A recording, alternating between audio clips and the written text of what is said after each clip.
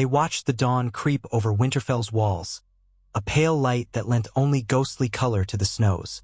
Every breath hung in the air. Men shuffled about the courtyard, more aware than ever of the biting cold and the hush of unspoken fears. Jon Snow felt each heartbeat as a dull throb of conflict. The question of the Night's Watch, the uncertain negotiations with Tywin, the possibility of a looming Targaryen return, and the dreaded threat of wildlings and worse beyond the wall. All weighed on him as he stood at the edge of the yard, Ghost at his side, attempting to glean meaning from the swirl of dire possibilities. Arlen, Sir Arthur Dayne, hovered a short distance away, for once dressed in a heavier cloak with the hood pulled snug, face partially obscured. With the departure of Lady Toland of Dorne, the threat of his immediate recognition had abated, but they both knew it was only a matter of time before someone from the south might see in his stance or manner some echo of the Sword of the Morning. He had spent weeks avoiding the library, the main feasting board, any gatherings where talk grew too personal. Jon understood. The older man might protect him from many threats, but the secret of Jon's parentage and Arlen's own identity could not withstand a determined southern gaze forever. When they walked inside, the sounds of the castle's morning roused them from grim reflection. Servants bustled with steaming kettles, a handful of knights lugged fresh equipment from the smithy, guards trotted about on errands. A swirl of tension marked every movement. These were not the days of mere practice and winter chores. Too many watchers, too many letters, too many threats. In the great hall, a modest breakfast had been laid out. Bread, porridge, warmed ale. Jon saw Lady Catelyn, bright-eyed from insufficient sleep, conferring with Maester Luwin about the next Raven dispatch. Nearby, Sansa offered Jane Poole a reassuring smile. Arya stood by the fire, arms folded, the reflection of the flames dancing in her gray eyes. Robb was not present, likely closeted in the solar with some new report. The war never rested. Jon sat at a bench and accepted a wooden bowl of porridge. His appetite had dwindled over the last few days, tension gnawing at him. He forced himself to take a few bites. Ghost slunk closer, sniffing the air. Jane's expression flickered with anxiety, still haunted by memories of King's Landing. Sansa rubbed her friend's shoulder softly, then turned to Jon. "What news, brother?" Sansa asked, voice subdued. "Is Robb forging any new agreement with Lord Tarly?" Jon shrugged. "Possibly. Lord Tarly claims to represent a faction in the Reach that wants to break from the Lannisters' hold. But trusting him remains a gamble." Sansa exhaled. "These negotiations never end. At least you overcame the Ironborn near Deepwood Motte. Perhaps that front quiets, now that Theon is in the cells." She frowned. "I wonder if Balon Greyjoy even cares that his son is captured." Arya, overhearing, gave a bitter snort. "Probably not." She gestured at the bowl in Jon's hands. "You're not eating enough." Jon managed a small grin. "I'm fine, just thinking too much." Arya scowled. "Well, you'll need your strength if you plan to fight off a wildling horde or a Lannister attack. Or both." Her wry tone made Sansa frown, but Jane let out a faint, nervous giggle.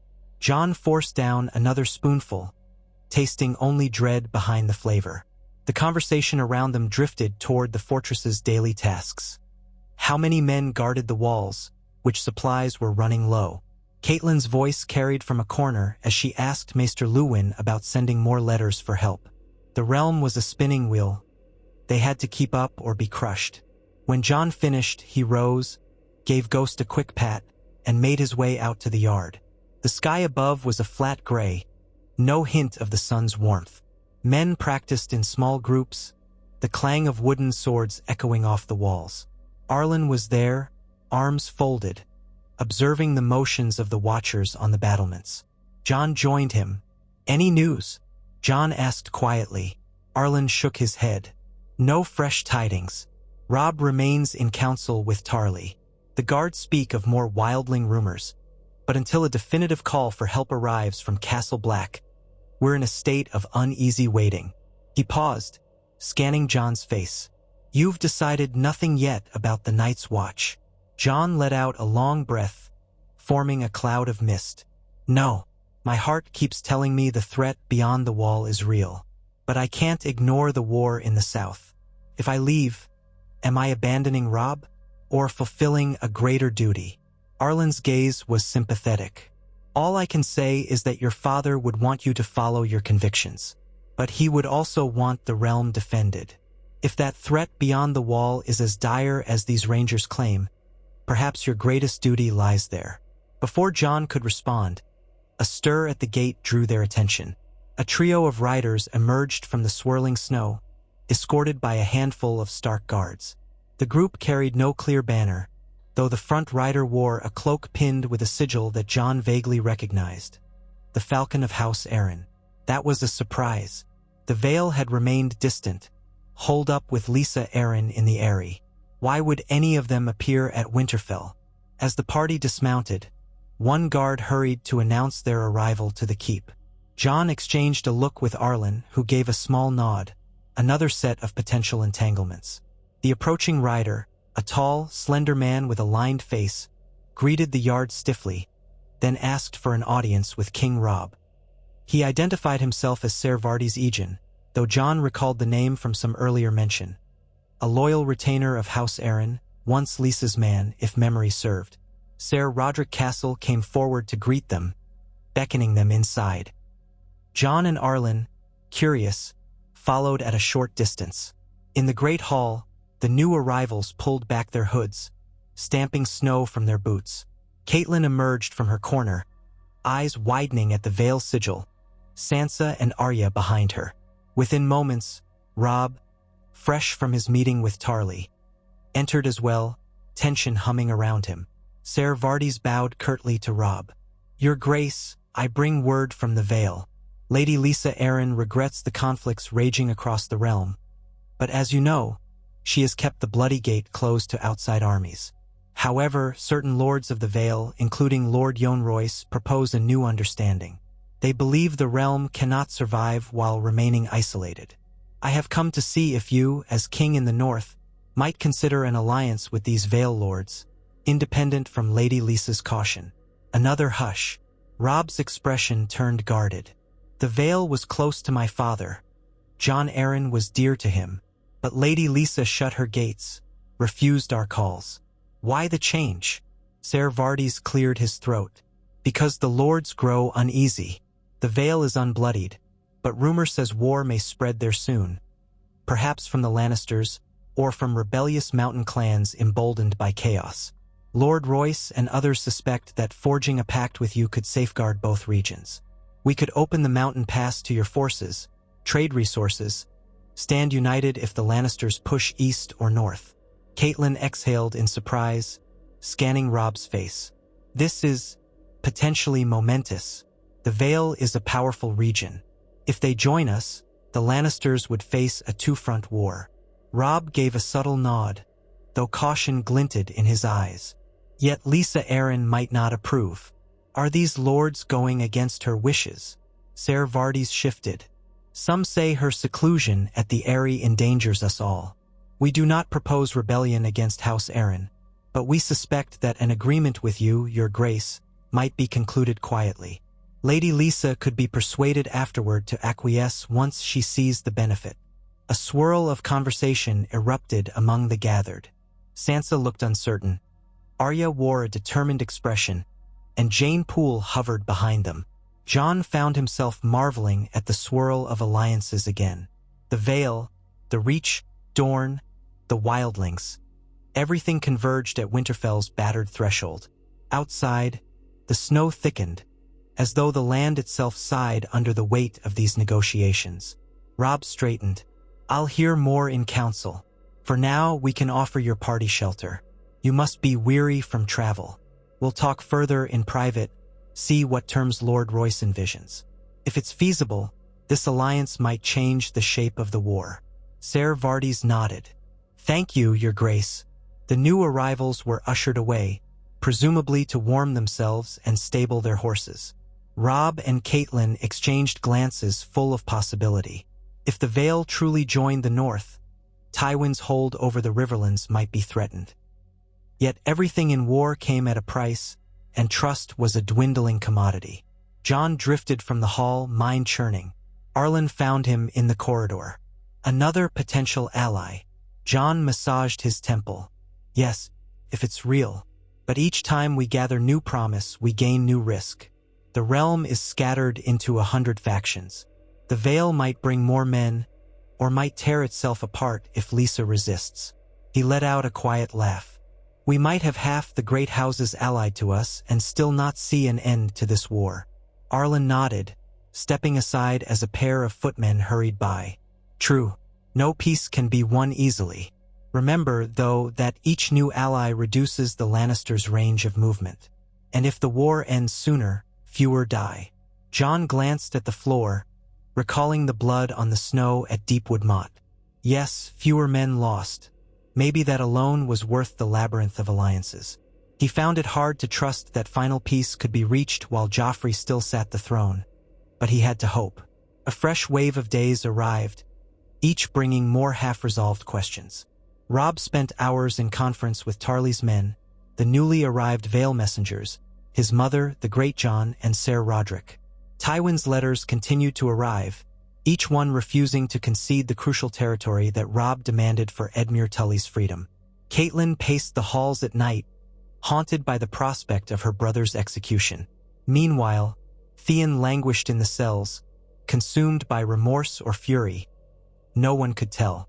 Jaime Lannister maintained his veneer of mocking aloofness. Both prisoners remained under heavy guard, though occasionally a rumor drifted that Theon pleaded for mercy, or that Jaime tried to bribe his jailers.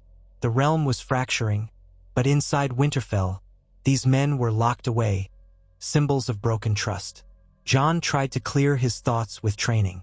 Each morning at sunrise, he practiced sword work with the watch sergeant, or gave pointers to younger squires. The courtyard crackled with tension. Ghost prowled the edges, silent as his name implied.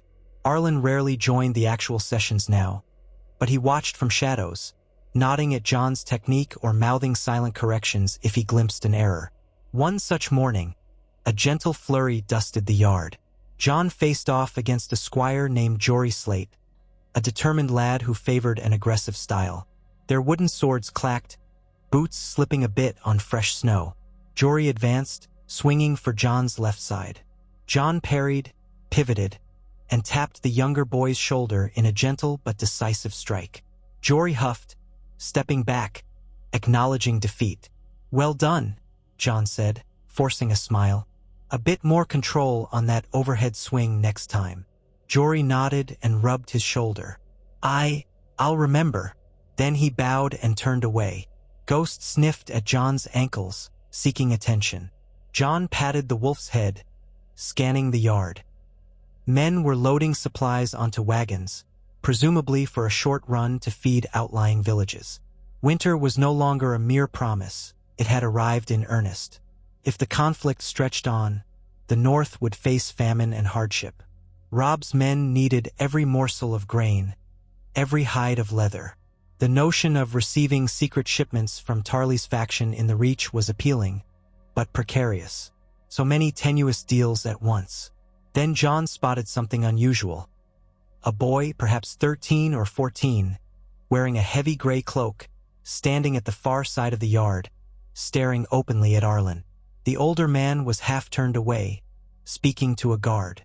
But the boy's eyes were fixed with an unsettling intensity, as if trying to remember. Jon's heart gave a jolt. Could this lad have recognized Arthur Dayne from some southern recollection? The boy's face wore an expression of faint confusion, like a memory struggling to emerge. Jon set aside his practice sword and started across the yard. As he approached, the boy noticed him and blinked. "Beg pardon," the boy mumbled, stepping back. Is that man someone important?" Jon forced an easy shrug. "A guard of House Stark." "Why?" The boy shook his head, brow furrowed. "He moves like a knight, but I've never seen him among the knights you have. I saw him thrusting a sword at a dummy once. Had a certain grace. Reminded me of a story I heard in King's Landing of a famous Dornish knight. Probably my fancy, sorry." Jon's pulse thumped. "We have men from all corners. Perhaps he had a good teacher, but he's no one of special note. Arlen, that's all." Good day. He turned away, quelling the prickle of alarm. The boy, with a last curious glance, wandered off. Jon exhaled. Another close call. So many watchers, so many hidden memories. He made his way to Arlen's side, lowering his voice.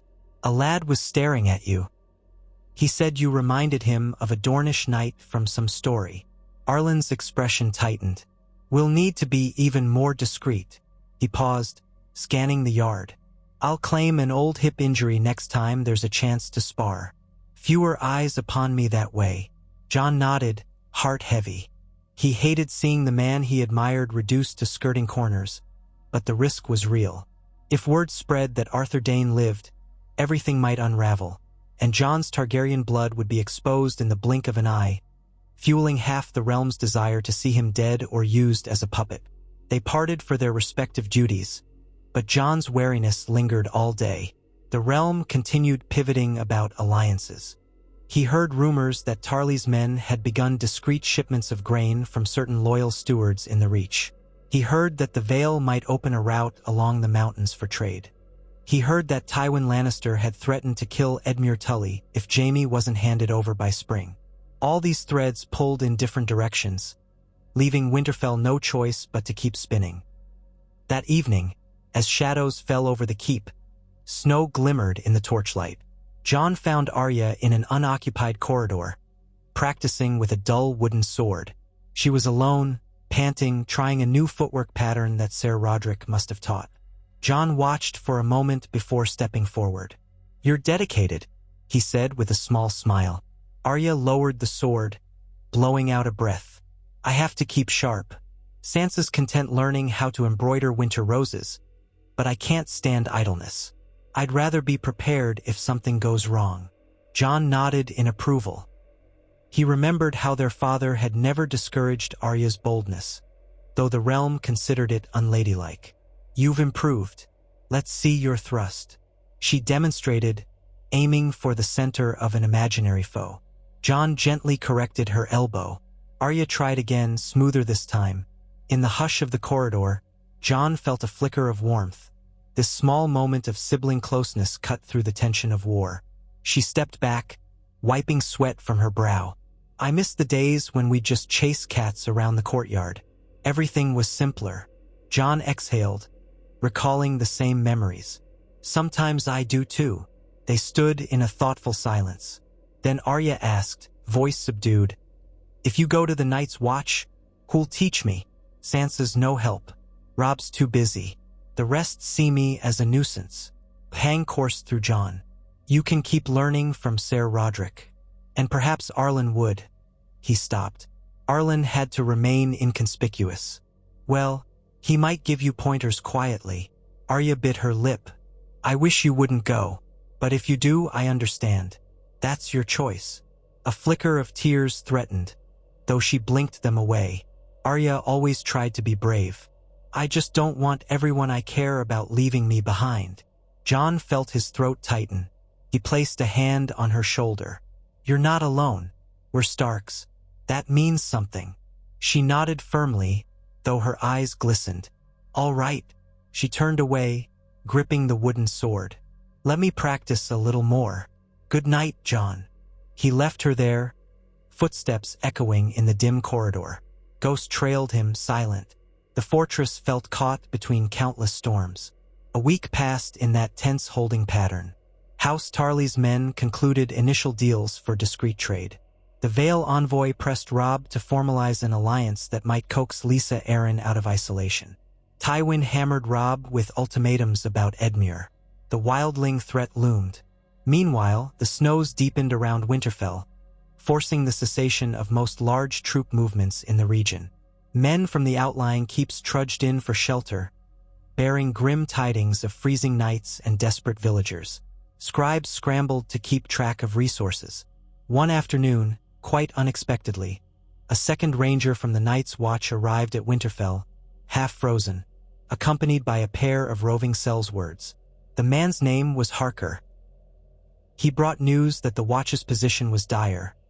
Mance Rayder's army had grown, and if the wall was not reinforced come spring, they might be overrun. "We need more men, my lord," Harker told Robb in the Great Hall. The Watch begs the North for aid. The old alliances say each lord must send men to the wall in times of crisis. Robb's face was grim. We will, Ranger. I've tried to muster a relief force, but the war has stolen half our strength, and winter does the rest. I'll gather what I can. Harker bowed, though desperation shone in his eyes. Thank you. The Lord Commander is missing. Rumor says he led a ranging and has not returned. This is the greatest threat we've faced in generations. Jon stood to one side, hearing every word. The old call tugged at him. The realm, the North, the Watch. A swirl of duty hammered in his chest. He stepped forward. We must help, Your Grace, or else the entire realm might be imperiled. Robb closed his eyes briefly. I know. We'll send what we can. That night, as the winds howled around the towers, Jon paced in his chamber. Ghost watched him with red-eyed curiosity. At last, Jon threw on a cloak and made his way to Arlen's small room, a cramped space near the guard barracks. He knocked softly, then stepped in when Arlen's voice bade him enter. Arlen was seated on a low stool, polishing the scabbard of a plain long sword. His gaze flicked up, reading Jon's troubled face. Something weighs on you. Jon took a steadying breath. I've decided. I'm going to the wall. Arlen set the scabbard aside, posture going rigid. Are you certain? Jon nodded firmly. I can't ignore it any longer. The wildling threat is real. Winter is here and the Watch is undermanned. If Mance breaks through, the North could be ravaged. Robb can't spare enough men to hold them off, not with the war in the South. But a single volunteer with some skill might help. I've always felt the Watch was my path. Arlen's eyes shone with conflicting emotions. Your father once offered you that choice. If you truly wish it, I won't stand in your way. Jon inhaled a shaky breath. But what about you? You swore to protect me. If I'm in the Watch, how will you remain by my side without drawing attention? The Watch doesn't allow old knights from the South, especially ones with secrets. Arlen rose, crossing the cramped space. I'll follow you to Castle Black if I must. There are ways to remain a presence, perhaps as a caretaker, a stable hand, or a discreet blacksmith's assistant. I can keep watch on the periphery. Jon's chest tightened. You'd do that? Arlen nodded. I vowed to protect you, always, even if it means living in the shadow of the wall. Besides, if you are truly the son of Lyanna and Rhaegar, you must not be left vulnerable. Others might discover your identity in King's Landing or here. Perhaps Castle Black is ironically safer. Few pay close attention to the men in black, especially not now. Relief warred with guilt in Jon's heart. I don't want to uproot your life again, but I can't remain here while the Watch begs for help. Arlen clasped Jon's shoulder. Then we go. Speak to Robb. He may object, but it's your right. The conversation left Jon both resolved and heavy with sorrow. He still loved his family, yet this was the only course that felt truly his own. He tried to sleep that night, but tossed and turned, imagining the harsh landscape of the far north. At first light, he found Robb in the Solar, finalizing some plan with the Great Jon to manage the Vale Envoy's proposals. Jon stood quietly until they were alone. Then he approached, each step echoing in his ears. Robb looked up, saw the resolve on Jon's face, and exhaled. You've made your choice. Jon nodded. I have. I'm gonna take the black. We can't let the wildlings just breach the wall. You'll be short one sword, but the Watch might gain one that can make a difference. A flicker of pain crossed Robb's features. He set aside a quill. I'd hoped you might remain by my side, but I see you've wrestled with this for some time. Father once thought you might do it. He believed you'd bring honor to the Watch. Jon swallowed hard. I hope so. Will you forbid me? Robb shook his head, reaching out to clasp Jon's forearm. You're no child to be ordered about. You have every right. I only ask you to do one thing. Return here if fate allows it. You'll always have a place in Winterfell. They embraced, a silent bond passing between them. When Jon pulled back, his eyes stung with tears. Thank you, Your Grace. Robb ruffled Jon's hair, an echo of childhood moments. "Don't call me that, you fool. You're my brother. Just be safe." Then his voice wavered. "The North is so fractured. Perhaps only the Watch will stand firm." Jon nodded, throat too tight for words. They parted. Over the next 2 days, Jon packed his scant belongings, choosing winter gear and a few personal mementos. Arlen quietly arranged to join him as a volunteer retainer traveling north. None among the rank and file seemed to question it. Guards sometimes left to follow the new recruits for the Watch, especially in times of crisis. Caitlin looked on with a tangle of relief and sadness. She had never wanted Jon in Winterfell, yet seeing him depart for such a bleak fate stirred a flicker of pity in her eyes. Arya took it hardest. She confronted Jon the night before he planned to leave, in the corridor near his chamber. She clutched Needle, a real steel blade now, gifted by Robb, and her voice shook with anger. "You're going then, off to the frozen wall." Jon reached out, gently touching her shoulder. "I must." She blinked away tears. "What if I never see you again? They say men of the Watch can't leave once they swear their vows." He bowed his head. "It's a life's oath, but I promise if the realm is in mortal danger, I'll come if I can. It's not so far that ravens can't fly." A tear slipped down her cheek. "You better write. Don't let them turn you into some stiff-lipped crow with no sense of humor." She thrust Needle forward in a mock salute. "I'll keep practicing. Maybe one day I'll surpass you." A faint grin tugged Jon's lips. "That day may come. Keep safe, little sister." She lowered the blade, stepping forward to embrace him fiercely. Jon held her, murmuring a soft farewell, then let her slip away into the gloom. For all her bravado, she was still a child who had lost so much. He steeled himself, fighting the surge of guilt. Another casualty of this war. He was leaving her behind in a world turned upside down. At dawn, Jon emerged into the courtyard, pack strapped to a sturdy Garen, Ghost pacing anxiously. Arlen stood ready with his own mount. A half-dozen men had volunteered or been assigned to accompany them north, carrying supplies for the Watch. The day was cold, the sky a pale gray swirl. Robb awaited them by the gate, flanked by the Great Jon, Ser Roderick, and a cluster of guards. Sansa and Arya lingered behind them, cloaked in fur. Bran and Rickon were absent, perhaps too upset to say farewell. When Jon approached, Robb clasped his hand one final time. "Safe travels. The wildlings might be the least of your worries if all the rumors of whites and White Walkers are true."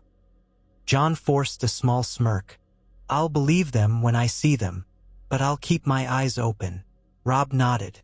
Then, in a quieter tone meant only for Jon's ears, he added, "If the realm is ever united against a darker threat, perhaps you, in the Watch, and I, as king in the North, can stand as one. Father would want that." Jon's chest ached with emotion. He squeezed Robb's hand. "Father would want a united realm indeed." He mounted up, glancing around at the old stones of Winterfell, the place he had known all his life. The watchman cranked the gate open, revealing the snow-covered world beyond. Wind tugged at his cloak. Ghost sniffed the air. Arlen rode up beside him, hood drawn, silently resolute. The small party of watchers and volunteers moved out, hooves crunching through the drifts. Jon cast one final look back at the courtyard. He glimpsed Arya lifting a hand in farewell, tears glinting in her eyes. Sansa beside her, solemn, holding Jaine's hand. Caitlin perched on the steps, arms crossed, expression unreadable. He wondered if she felt relief or regret. Then the gate closed behind them, and Winterfell receded into the distance, lost amid swirling flakes and gray sky. Jon led the party northward, heart pounding in a mix of dread and resolve.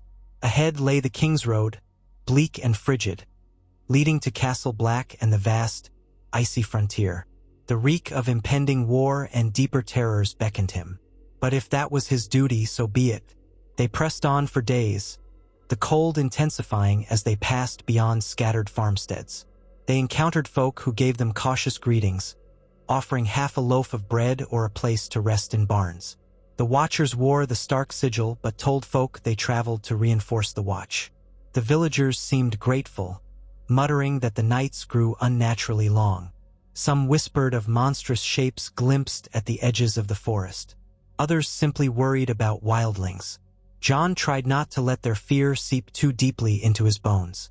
Yet each day's travel hammered home that the north was a harsh land, and winter spared no one. Arlen said little as they rode, but his presence was a comfort. Sometimes John asked about the roads or old battles. Arlen answered with a quiet knowledge, gleaned from decades of travel across Westeros. He never mentioned the name Dayne, never wore anything but battered leathers. At night, they set up meager camps, the men huddling around small fires, grateful for any warmth. Ghost patrolled the perimeter, red eyes cutting through the darkness. On the 7th day, they reached a small holdfast near the edge of the Gift, the region belonging to the Night's Watch. The holdfast's commander recognized them and welcomed them for a night's rest. A letter from Winterfell had preceded them, so the holdfast knew to expect reinforcements. John noted that the holdfast's men seemed tired, worried, but they assisted in stabling the horses. They mentioned that a few rangers had passed recently, heading for Castle Black. The talk confirmed that tensions ran high all along the frontier. The next morning, the land rose into rugged hills, the King's Road winding ever north. Snow fell steadily, blanketing everything in white silence. Ghost prowled far ahead, scouting. John and Arlen rode at the front, the rest of their small party behind. They spoke seldom, for the wind cut their words. Each time John looked up, the sky felt heavier, pressing them toward the distant black line of forest that signaled they were nearing the Walls region. By dusk of the 9th day, they glimpsed it, a colossal barrier of ice stretching across the horizon. Even from miles away, the sheer scale impressed upon them the enormity of man's ancient labor. John had heard the tales. Ned once spoke of the wall's height, how it loomed like a silent sentinel. Now, seeing it firsthand, John felt a flutter of awe. This structure guarded the realm from the mysteries beyond. They pressed on. At a small watchtower near the Shadow Tower turnoff, a pair of black-cloaked brothers hailed them. John identified himself and explained they sought Castle Black. The brothers, gaunt from meager rations, directed them onward, warning of drifting snows that sometimes reached chest height near the base of the wall. The entire region was in partial gloom, as though the structure itself cast an eternal twilight over the land. Night fell. They camped within sight of the wall, the ghostly shimmer of starlight reflecting off the icy surface. John stood near the fire, arms folded, scanning the enormous edifice. Arlen joined him. "It's bigger than I imagined," John said softly, voice almost reverent. Arlen studied it with equal solemnity. "It is a wonder of the old world. Many say it's imbued with ancient magic." John turned, seeing how the flicker of firelight touched the lines of Arlen's face. "Will you truly remain here, living in the background, for my sake?" Arlen's lips curved in a faint, sad smile. "If that's the cost of my vow, then yes. Perhaps I can find some role, assisting the blacksmith or stablemaster. No one pays much heed to an aging man with a limp." He tapped his thigh, feigning a minor ailment from the old Tower of Joy wound. "Better that than risking discovery or leaving you unprotected." John's heart clenched with gratitude and guilt. "I wish there were a better path. You deserve more." Arlen exhaled a slow breath, gazing at the embers drifting skyward. "My old life ended on those red stones in Dorne. The moment your father spared me, I was reborn into a different calling. This is just its next stage." John's eyes stung with emotion. He reached out, squeezed the older man's shoulder. "Thank you," was all he could manage. Silence stretched as they both stared at the black shape of the wall against the stars. Ghost lay curled at the edge of the firelight, watchful. The other men dozed, murmuring in their sleep. Snow whispered around them. Dawn found them stiff and half-frozen, but the final leg to Castle Black was short. They broke camp quickly. John's heartbeat thrummed with anticipation and nervousness. He was about to swear away his life. Part of him questioned the sense of it, leaving behind his siblings in the midst of war. But his convictions held firm. The watch needed him, and he needed the watch. Perhaps here he would serve the realm, as Ned Stark's son should. When at last they arrived within sight of Castle Black, the place looked more ramshackle than Jon had imagined. A sprawl of wooden buildings, stone keeps, and half-maintained walls, overshadowed by the sheer face of ice behind. A handful of black-cloaked sentries manned the gate. They gaped at the newcomers, then scrambled to announce them. Jon gazed up, noticing the elevator contraption that lifted men to the top of the wall. The wind howled across the open courtyard. Harker, the ranger who had visited Winterfell, stepped out from one of the buildings, relief shining on his face. "You made it!" He hurried forward. "Welcome to Castle Black." Jon dismounted, ghostly puffs of breath swirling around him. Ghost hopped to the ground, ears perked. Arlen dismounted more carefully, adopting a slight limp as they'd agreed. The half-dozen watchers with them guided the horses to a makeshift stable area. Harker gestured for them to follow. "We'll find you quarters, then see the acting first steward. Lord Commander Mormont is still missing, so the watch is leaderless. But your arrival is a blessing." Jon nodded. "I plan to swear the vows if you'll have me." Harker's face brightened. "We need every man of good heart. Let me bring you to Bowen Marsh, the acting steward. Then you can speak with him about it all." Jon took in the sights as they walked through the courtyard. Black banners snapped in the gusts. A group of men sparred with battered swords near the far side. Others patched the roof of a storage shed. He saw fear, weariness, but also a stark sense of purpose. This was a place where men gave up claims, family, and possessions to protect the realm. He felt something stirring inside him, a new sense of belonging. They entered a drafty hall where a heavy-set man with thinning hair stood poring over parchment. Harker introduced him as Bowen Marsh. Marsh blinked at Jon, then at the others, and welcomed them politely. He recognized Jon's name, acknowledging Winterfell's generosity. Then, with a solemn nod, he accepted Jon's statement that he wished to join the watch. "We'll confirm it soon enough," Marsh said, voice gruff but not unkind. "There's much to do. And you," he eyed Arlen, "are you also volunteering?" Arlen bowed slightly. "In a lesser capacity, if needed. I can handle stables, blacksmith tasks, or general labor." Marsh rubbed his beard. "We can use every hand. We lost many beyond the wall." Jon sensed Arlen's relief at not having to explain more. He offered no further detail, letting Marsh assume he was just another older fellow seeking refuge from the war. They arranged for rough bunk space and some immediate chores. The half-dozen watchers who had accompanied them might remain for a short while, then return to Winterfell or rotate with others. Regardless, the immediate crisis of manpower was partially eased by their arrival. After they settled, Jon found himself outside again, gazing at the dizzying height of the wall. A swirl of wind kicked up loose snow around his feet. Ghost sniffed, as if curious about this new domain. Arlen lingered behind him. "It feels right," Jon said softly, almost to himself. "Strange, but right." Arlen's voice was low. "Then do your duty as Ned Stark would." That afternoon, Bowen Marsh formally initiated Jon's enrollment. The small ceremony took place by a brazier set along the base of the wall, the flames flickering in the icy gloom.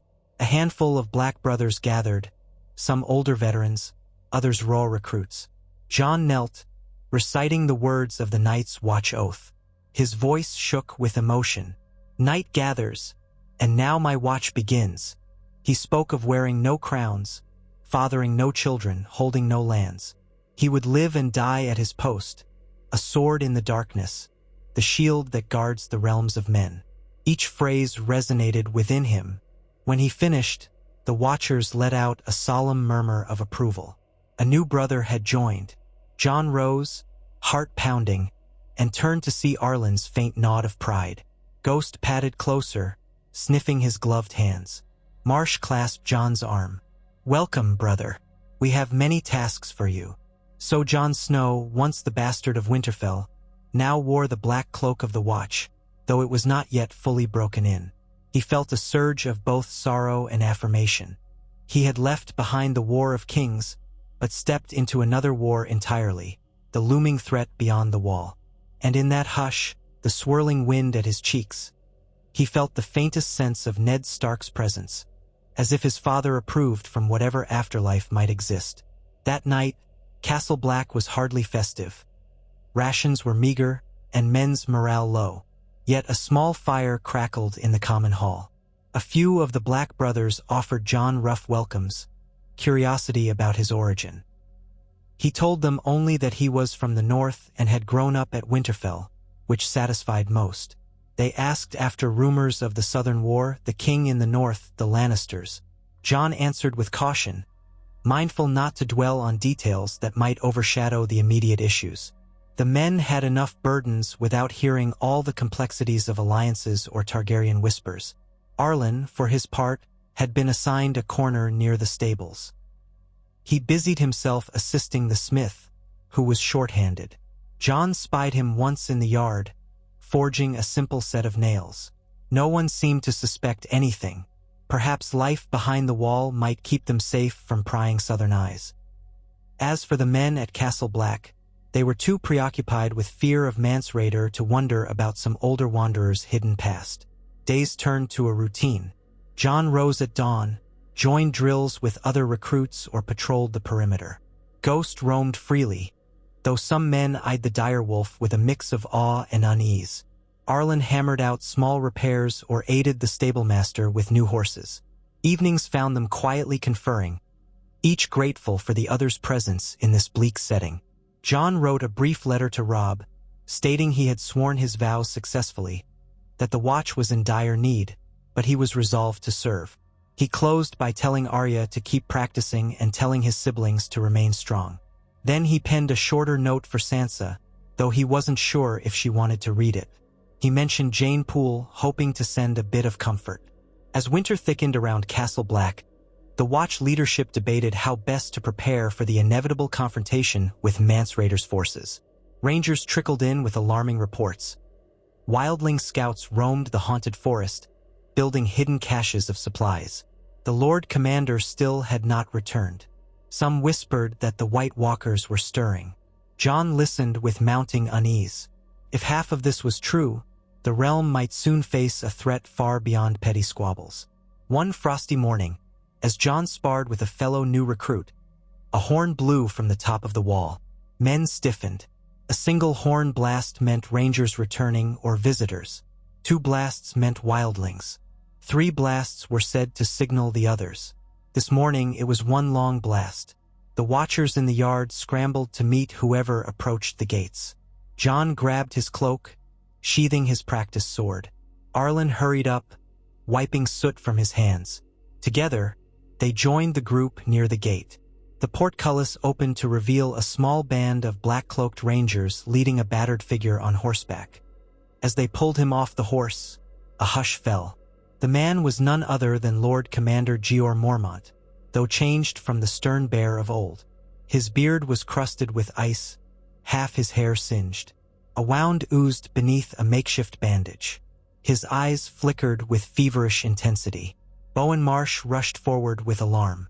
"Lord Commander, what happened?" Mormont coughed, voice raw. "Ambush beyond the wall. Our men. So many lost. Whites. They rose from the dead. Couldn't kill them with steel alone. Fire is the key." He gasped as rangers eased him onto a makeshift stretcher. Mance Rayder, a big army, more to the story. Need to warn the realm. Jon felt a chill worse than the cold. Whites, the dead walking, the old nightmares made real. Arlen, at his side, stiffened. The entire courtyard quivered with fear. If the Lord Commander himself had been nearly slain by these creatures, how could the realm possibly stand? Mormont's eyes flickered open again, locking on Jon. You're Ned Stark's boy, yes? Heard you took the black. Good. We'll need every sword. The night is dark and full of terrors." Then he faded into unconsciousness, leaving the onlookers stunned. Maesters and stewards rushed him inside for treatment. Jon stood there, heart thundering. So the rumors were more than rumors. The White Walkers or Whites had truly begun to stir. He recalled the old stories. If an undead legion marched with the wildlings, or behind them, no corner of the realm was safe. A creeping dread coiled in his stomach. He glanced at Arlen, who gazed back with grim understanding. Later that evening, in a hushed corner near the stables, John and Arlen discussed what they had heard. The men of the watch were in a quiet uproar. Some wanted to seal the tunnels, others proposed a desperate expedition. All knew that the realm was unprepared for an enemy from myth.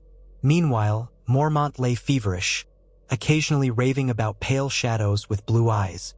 "It's worse than we feared," John said, voice tight. "If the others are real and Mance Rayder is harnessing them, or if they move on their own, the realm is doomed unless all the houses unite. But the houses are locked in war. The North stands alone. The Lannisters claim the throne. A Targaryen might come from the east. No one is paying attention." Arlen's expression darkened. "Truly a dire scenario. This is what Rhaegar used to speak of, some ancient prophecy about a great darkness returning. I never fully believed it." He shook his head. "But if that darkness rises, all mortal conflicts are petty by comparison." John stared at the flicker of lantern light on the stable wall. "We need to alert Robb or every lord who might listen. The watch can't stand alone. Not against whites that can't be killed by steel." Arlen nodded. "Yes, we must send ravens. But if the realm is so scattered, who will heed the call?" John set his jaw. "Then we do it anyway. At least a warning. Maybe some lords will listen. Maybe Dorne or the Vale or the Riverlands, someone." I can't imagine Tywin responding kindly, but even he might realize that living men can't fight undead alone. So they resolved to press the Watch leadership to send out ravens to every corner of Westeros, describing Mormont's testimony and the mortal threat. Over the next few days, as Mormont recovered enough to give partial commands, Bowen Marsh and the stewards indeed prepared messages. Quills scratched late into the night in a freezing chamber used for the rookery. Black ink smudged on tired fingers as crows and ravens were fed and made ready for flight.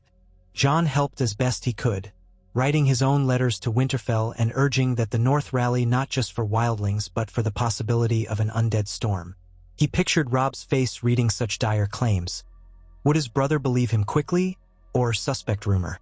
John prayed that trust remained strong enough to spur action.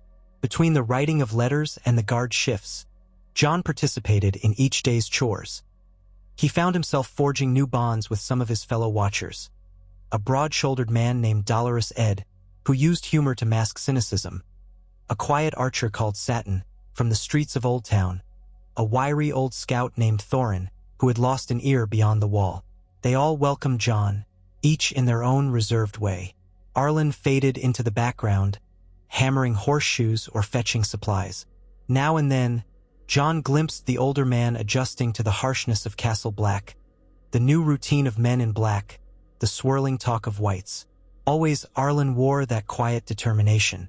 He had sworn to protect John, no matter the setting, even the farthest edge of the realm. Winter's grip tightened. The days became a blur of gray skies and swirling flurries. Word came that Mance Rayder's host was massing near the Frostfangs, perhaps waiting for a thaw to strike. Lord Commander Mormont stabilized enough to gather the senior officers in closed meetings, discussing possible ranger missions to glean more intelligence. John was not senior enough for those councils, but he sensed the grim urgency. One chilly afternoon, while stomping snow off his boots in the yard, John spotted a raven flapping in from the south. The bird circled, then landed on the rookery's ledge. A dark-clad steward hurried to retrieve the message. John followed out of curiosity. The steward read it, face paling. He turned to John. "This is for you from King Robb." John's stomach lurched with dread. Accepting the small scroll, he broke the seal. Robb's script was scrawled in haste. "John, we have fresh chaos. Tywin Lannister refuses every compromise. Edmure Tully's life hangs by a thread. The Vale negotiations stall because Lisa Arryn condemns the plan as treason. Tarly's smuggled grain helps, but tensions with House Tyrell rise. Theon rots in our dungeons, silent. Jaime remains defiant. Now rumors swirl that Daenerys Targaryen has indeed hatched dragons and might sail for Westeros by spring. If that's true, we could see an unimaginable shift in power. Mother is near despair. I do not know how long we can hold the North safe. We do not forget you, brother. If you have any news of the threat beyond the wall, send word. We stand with the watch in spirit, but our own war drains us. I fear we cannot spare the men or arms you likely need. Still, we keep the faith. Rob. Jon felt his hands tremble. Dragons truly alive. The Lannisters pressing. The Greyjoys lurking. The Vale uncertain. The entire realm spinning closer to the edge. How would they find the unity needed to face Whites and the White Walkers if war and new claimants sundered them further? He reread the last line. We stand with the watch in spirit. Yet that might not help if Mance Rayder and an army of the dead came pouring south. He sighed, folding the letter, turning to see Arlen by the stable door, expression questioning. Jon summoned a grim smile. More chaos in the south. Possibly dragons for real. Arlen's eyes clouded. So it begins. That evening, Jon wrote back to Robb, describing the peril Mormont had reported, urging him to find any path to unify the realm. He closed with a plea. No matter the outcome, please keep watch for these undead rumors. They are real. Then he entrusted the letter to a crow, feeling an empty ache in his chest. The winds battered the rookery tower. Over the next weeks, the sense of imminent confrontation pressed heavily on Castle Black. Rangers scouted beyond the wall, returning with tales of wildling outriders, unnatural quiet in haunted glens. The Black brothers braced for an assault. Jon participated in frantic attempts to reinforce the gates and tunnels. The men fashioned crude firebombs, remembering Mormont's story of how Whites fell to flame. Arlen hammered day and night, forging arrowheads of dragonglass whenever they could scavenge the rare material from old caches. The ancient lore said obsidian could kill the others. One night, Mormont summoned Jon to his chambers. The old man sat by a brazier, thick bandages still across his torso, but his spirit more alert. His bald head and grizzled beard were streaked with fresh scars. He beckoned Jon closer. "Snow," he rumbled, voice rasping. "Ned Stark's son. You've proven yourself eager and capable. The men respect you. We may need you soon in a more active role. The watch is short on officers." Jon bowed his head. "I am yours to command, Lord Commander." Mormont gave a faint nod. "Our time is short. I mean to send a ranging party soon to the Fist of the First Men, where we lost contact with survivors.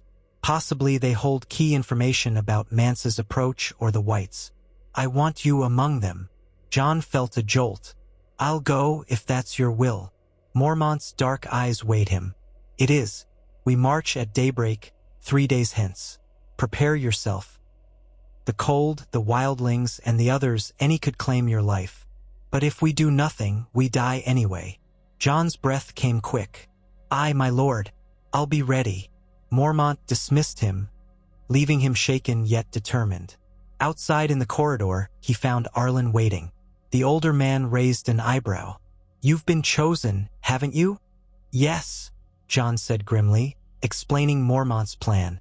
"We ride beyond the wall to find answers or confirm our worst fears. I doubt everyone is returning from that." Arlen's gaze hardened. "Then I go too. I can volunteer as a stable assistant or additional sword hand if needed. I'll not let you face the unknown alone." Jon hesitated. "It'll be dangerous. More than anything we've faced." Arlen's lips tightened. "I've faced war, dragons in the cradle of prophecy, the Tower of Joy. This is another page in that same story. Let us see it through." Emotion clutched Jon's chest. He pressed a hand to Arlen's arm in gratitude. Then they parted to gather what supplies they might need. Dragonglass dagger heads, extra flints, heavier furs. Ghost paced restlessly, as though sensing an oncoming trial. The watchers whispered of doom. On the dawn of the third day, the ranging party assembled in Castle Black's courtyard. Around 50 Black brothers, half mounted, half on foot, with pack horses bearing gear. Lord Commander Mormont, still pale but resolute, led them. Jon stood with Arlen, who had been allowed to join as a volunteer help. Bows and spears bristled. The wind cut like a knife, Snow swirled overhead.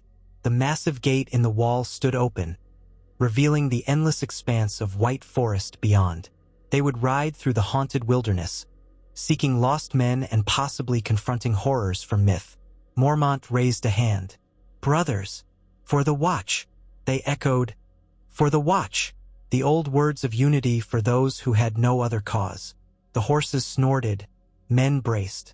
John glanced back at Castle Black's ramparts, uncertain if he would ever see them again. Then Mormont urged his horse forward, and they began their march into the frozen unknown. The gate loomed, swallowing them in its icy maw. Inside the tunnel, echoes of hooves and footsteps reverberated, every breath condensed. John felt a shiver not just from the cold but from the weight of destiny. Next to him, Arlen rode quietly, scanning the gloom. Ghost loped ahead, the white wolf barely visible in the darkness, leading them onward. The entire column advanced into the realm of rumored shadows. John took one last look over his shoulder. Then the hush of the beyond embraced them, the gate receding behind. This was the path he had chosen. Bastard of Winterfell no longer. A man of the Night's Watch, sworn to defend the realm, come what may. And if the swirling war of kings or the rumored dragons or the White Walkers demanded more, he stood ready. For the realm needed men of duty more than ever, in an age where secrets and ancient evils stirred.